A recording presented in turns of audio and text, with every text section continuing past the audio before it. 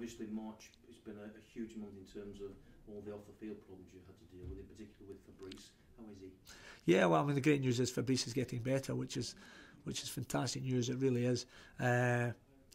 He's got that big smile on his face, which we love, and continues to improve, which, again, I've got to be thankful on behalf of his family, but the support he's had, people still ask, which is great, and there's no doubt he's going in the right direction, and long may that continue. Still in intensive care?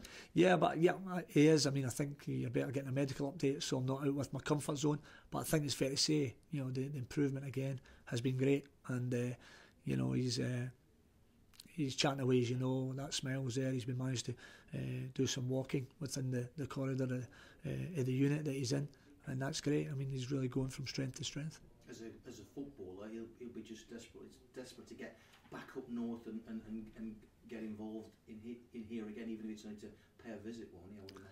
Well, I think we've got to understand, though, you know, we need to make sure that first and foremost he's the big thing, as I said before, for me, was that he's got that standard of living with his, you know, his wife to be and his young son and his family and everything else. And then anything after that is going to be an added bonus. And of course, you know, he's a footballer and that's what he's always done and everything else.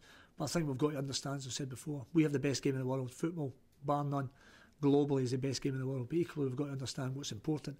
And I think Fabrice would have realised, you know, given what's happened.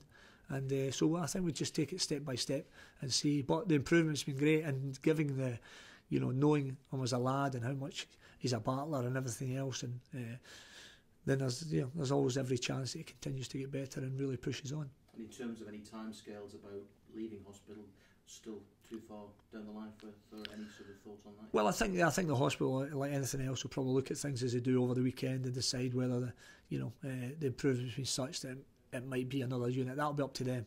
But there's no doubt that it has continued to get better day by day.